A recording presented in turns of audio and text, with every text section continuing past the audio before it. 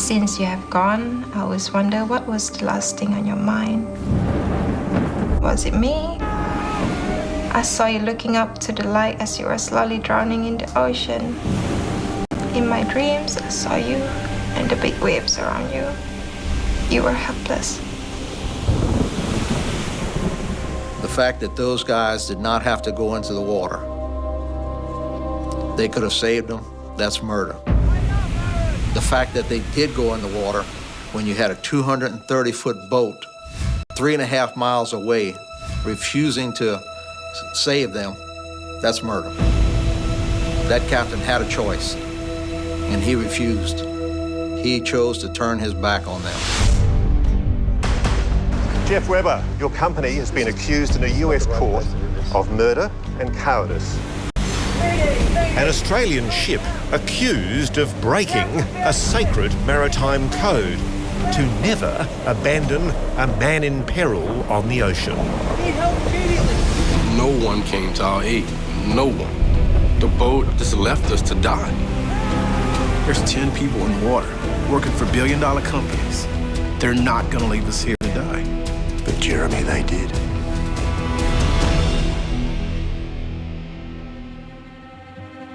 This is Carrot. This is Daddy.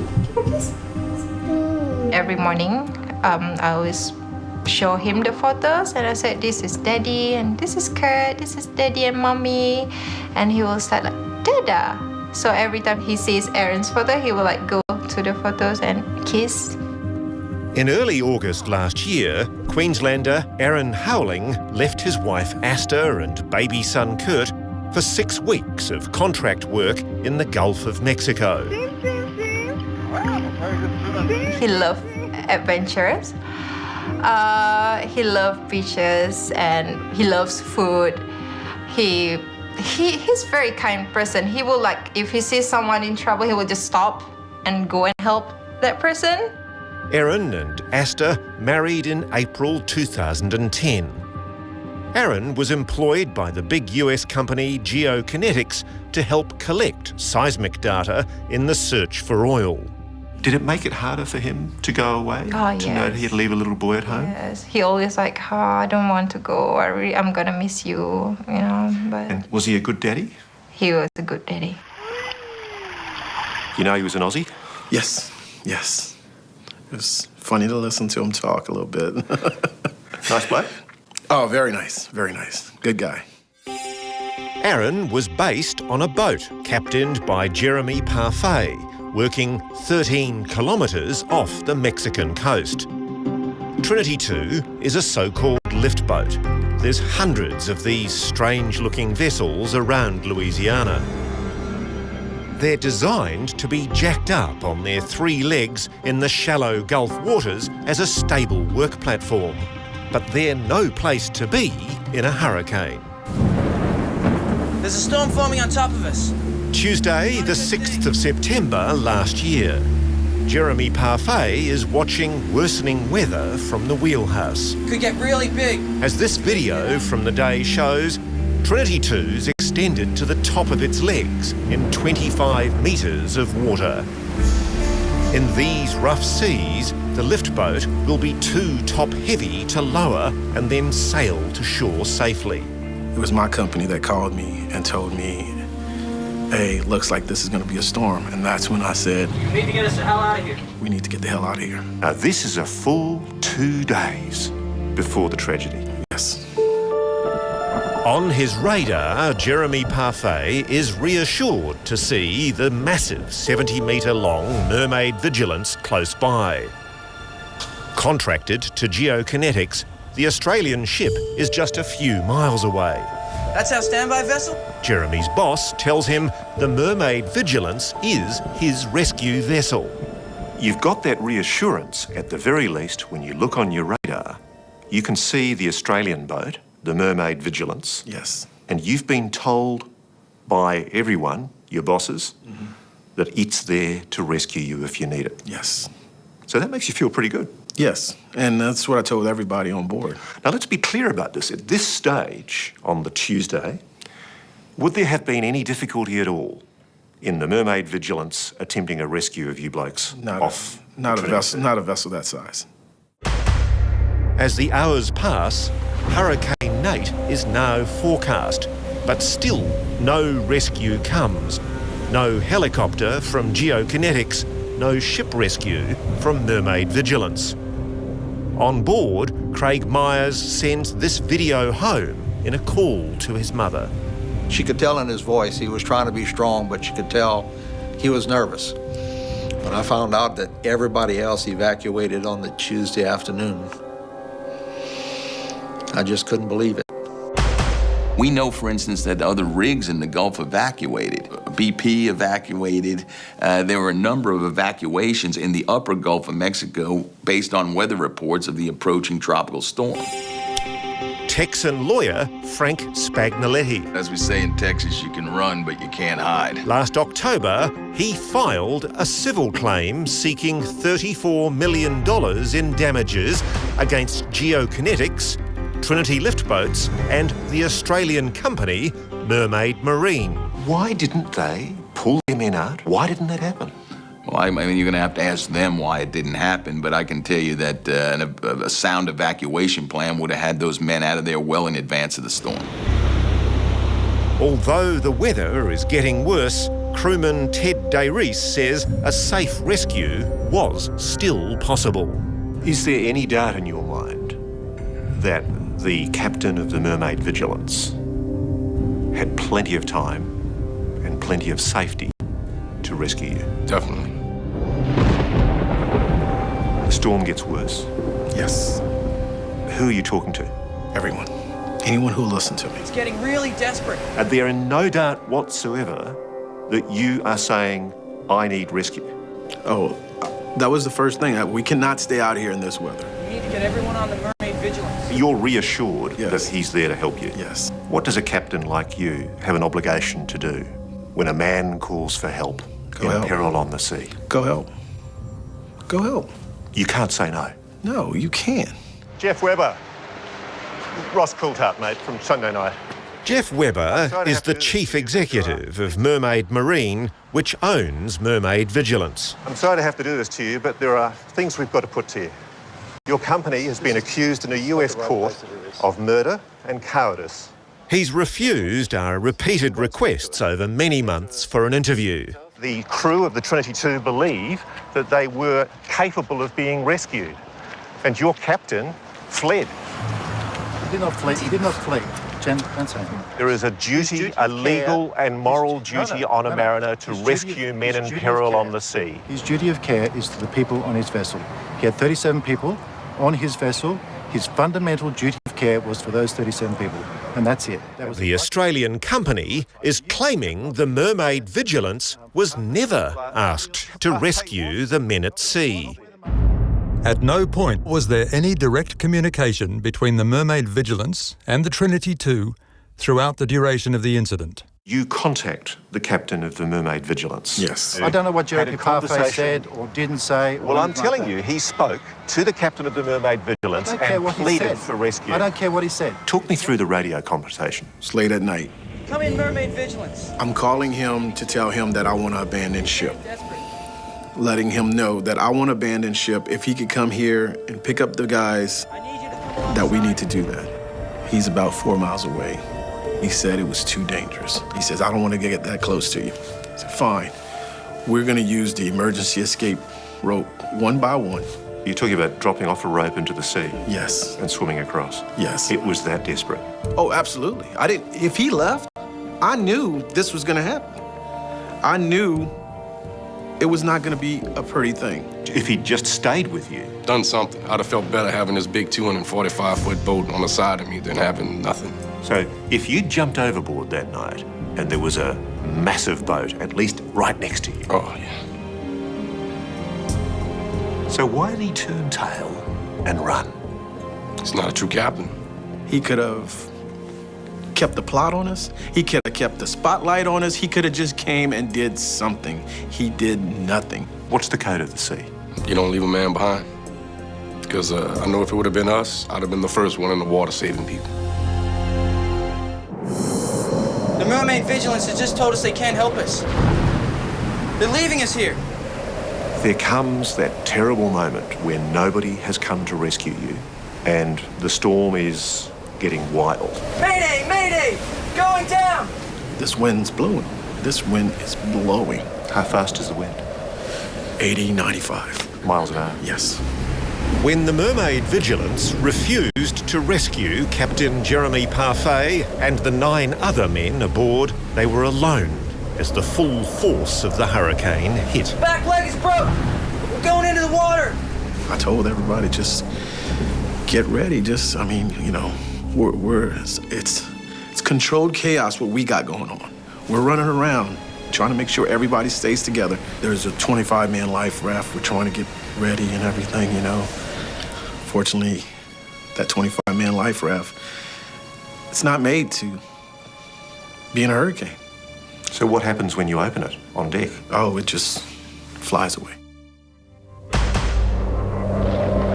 In the middle of the ocean, in the teeth of a hurricane, having been abandoned, they're now forced to abandon ship. It was scary. And what are you thinking? Sharks, thinking drowning, thinking never seeing my family again. All the men have to hang on to is a flimsy cork raft with a net in the middle. They call it the shark feeder. And you're hanging on to this life raft with your bare hands, basically. Yes. Sometimes you'll ride the wave, and then next thing when you're coming down, it's falling right on top of you. The water's getting forced into your nose, into your mouth, into your lungs. You're throwing up. You've lost the radio. You've lost your flares. You don't have an emergency beacon. What's going through your head?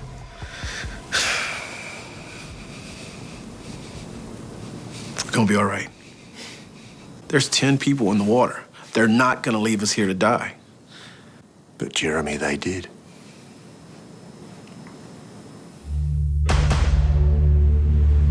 They have no food and little water and will later be reduced to drinking their own urine. But in the first couple of days, Asta is being told a different story by GeoKinetics, the company that hired her husband. Don't worry, because they are in a safe life raft with food, with GPS, so they should be okay. So not to worry too much. Then I was like, okay. Then I was start thinking, okay, Aaron was a good swimmer. He's fit and tough, and I was like, okay, yeah. What happened with Aaron? Aaron was tired. He's cold. He's shivering. His lips are purple. He's getting the hell beat out of him, just like us. And so sometimes he would let out slack to give himself some room. And then he would untie himself, and I'd tell him, you got to keep it tied. He's like, he just wants a break, just to, try to rest and everything. I think he might have fell asleep and just kind of let go. When did you become aware that he wasn't there anymore? I heard screaming, help, help. And when we looked around and we did our head count, he was missing. We started yelling, who is that? Who's missing? And it's Aaron. We tell him, swim to the light, yell, scream. When we would go down, we couldn't hear him no more. When we come up, we could hear him. We're holding up the light as high as we can. We're telling him to scream, and we swim. Because I told everyone, we have to go get him. Because if it was any one of y'all, we would go get you. Hours go by. There was nothing you could do, was there? They tried for hours. They really tried to help, to find him. But they couldn't. I don't know how to cry anymore. I think that how unfair it is, like we have a very happy marriage. Then why him? You've been in the water for nearly 2 days. Yes. I kept thinking I could see somebody go into my house telling my wife, I'm dead. And then she's got to tell my kids. Didn't want that to happen. Day 3 and the hurricane abates. It was calm, clear skies, sunny, bright, hot.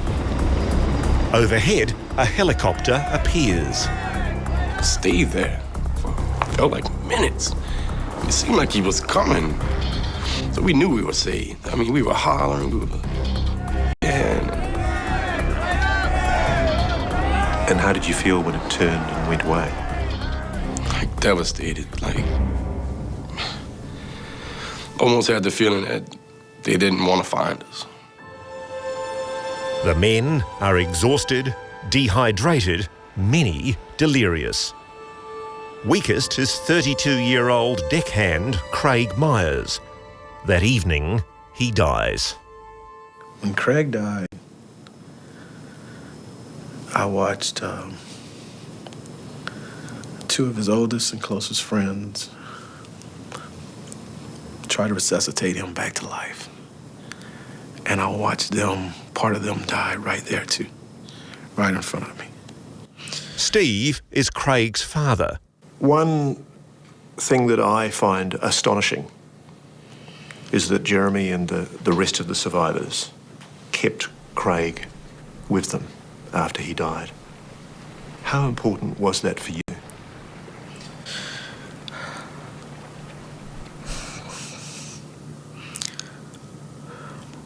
My family will always be indebted to them for that.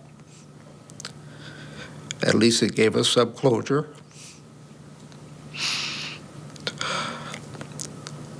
Having his body, it made a lot of difference. He didn't have to die like that. I mean, how he suffered, how Nadim suffered, how Aaron suffered, and how Nick suffered. You're talking about 4 days of dying, just slow, painful process. Didn't have to happen like that at all. On the 4th day, sometime after 3 in the morning, they spot a light, possibly an oil rig in the distance. 4 men, Jeremy, Ted, Nick and Reuben, decide to swim for help. But 4 hours later, Jeremy and Nick can go no further. Ted Dayries and Reuben Velazquez keep going, but become separated. I swam from 7 till I was rescued at 3:45. You were swimming for 9 hours. And you'd been in a life raft or was floating next to a life raft for how many days? 4 days? Yeah. How did you do that? Just didn't want to die. You didn't want your mates to die, did you? Ted is seen by a spotter plane. It also finds Reuben. Ironically, the men who stayed with the raft were found over 7 hours earlier. Nick Reed and Jeremy Parfait are the last to be recovered. When Jeremy is pulled from the water, he's so delirious he has no idea that his friend has been floating dead beside him for some hours.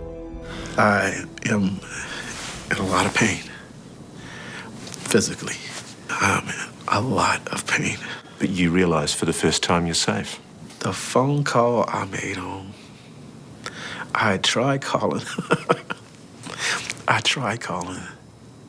And they didn't answer the phone first time.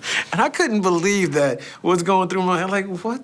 Who the hell are they talking to that they don't hear the phone ringing? I'm pretty sure somebody's... Eventually, he gets to speak to his wife, Christina.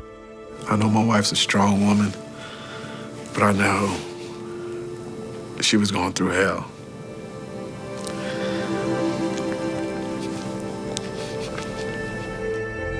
After the rescue, one more man, Nadim, dies from his injuries. Your claim, filed in the court, Yes. calls this murder. What do you call it? Do you think it was murder? I think when you know someone is in danger and you abandon them to that danger, it's murder, or at the very minimum, manslaughter. When you intentionally go in the other direction and know that their life is threatened and you have an obligation to save them, I don't know what you call it. I call it murder. Does Mermaid Vigilance have any argument that because the master of their vessel is a foreigner, they didn't know what he was doing? No. You're responsible for the people that you put in charge of your vessels. I mean, you know, this is something that you have the highest responsibility for. Under the law of the sea, the code of the sea, a mariner should have attempted a rescue. No. Are you comfortable? I mean, how do you feel about this? I'm totally comfortable with it. An Australian man died, three other men died. I'm totally comfortable without with a the father. decision. It was the right decision. I've never seen a case where there's actually a conversation with, death is coming, please save me, and the back is turned. Asta, did anybody ever say sorry? In person? In any form? No. At any stage, has anyone from Trinity, from geokinetics, from Mermaid Vigilance, has anyone said sorry?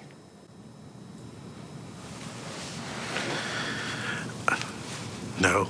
Are you prepared to say sorry to those families who died? It's not my responsibility to say sorry. I'll say sorry because they lost their lives at sea, but I won't say sorry because we've done something wrong. Now, in Fremantle, in Western Australia, there's an organisation that owns the Mermaid Vigilance. What do you say? How could you allow a captain of one of your vessels to leave 10 guys at sea when you had the means to save them? They will pay one way or the other. It can't bring your son back. No. But hopefully I can help any other family so that way they don't have to go through this, because it's hard. Good on you, mate. Good luck with it. Cheers.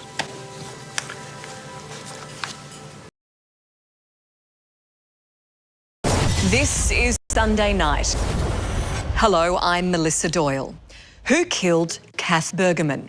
15 years ago, the mother of 3 disappeared from her home in country Victoria. Since then, there's been no trace of her, nothing. There was evidence pointing to abduction and murder, and at the time, police suspected her husband was involved, but they couldn't prove it, and a murder charge against him was dropped. Now, a new team of investigators is on the case, and there's a $1 million reward which they hope will help lead them to the killer. Here's Steve Pennells. A car is set on fire in a remote valley in northern Victoria. An accident, it's claimed. But could this burning car hold clues to what happened to a missing woman? Get a leg. Get a leg. Well, someone's gotten away with murder. Yes, someone has. A young mother, gone without a trace. Her husband, under suspicion. Getting a good photo, boys? Sorry, mate, Stephen. And their troubled son. Does he know more than he's telling? Stephen, my name's Steve Pennells from Sunday Night. Do you believe you know who killed Kath Bergerman? Yes. And they're still out there? Yes. This is the King Valley, in Victoria's rugged high country, where tobacco plantations have made way to cattle farms and rolling vineyards. But this picture postcard valley is also the setting for one of Australia's most confounding murder mysteries. 15 years ago, mother of 3, Kath Bergerman, disappeared, abducted from her home and killed. Her body's never been found, but police are convinced that she's been dumped somewhere here in the King Valley. They also believe that some people here know more than they're prepared to say. And incredibly, they think this includes members of Kath's own family. The husband and the son of the deceased, refusing to speak at her inquest. What does it say?